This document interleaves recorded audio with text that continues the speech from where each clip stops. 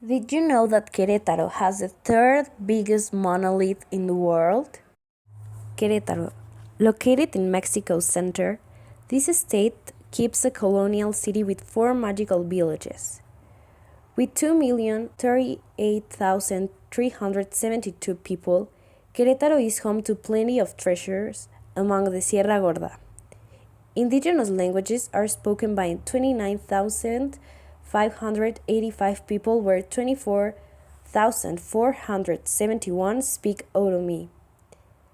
Querétaro occupies 0.6 of the total country area and has 18 cities.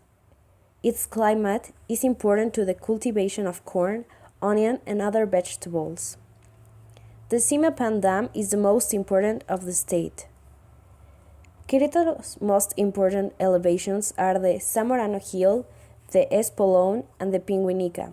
Flora. 30% of the state territory is occupied by agriculture.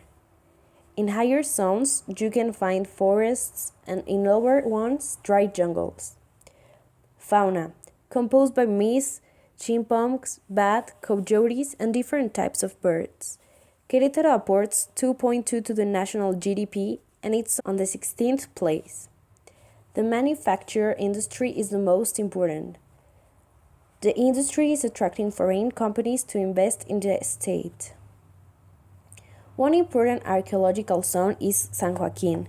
It has ruins that witness the city that is about 1,000 years old. Really close to this place, you can find caves that can be visited when it's not raining.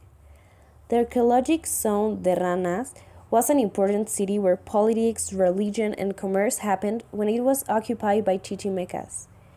The Toluquilla Archaeology Zone, with around 120 constructions, has 4 ballgame places that have a city in the middle of them.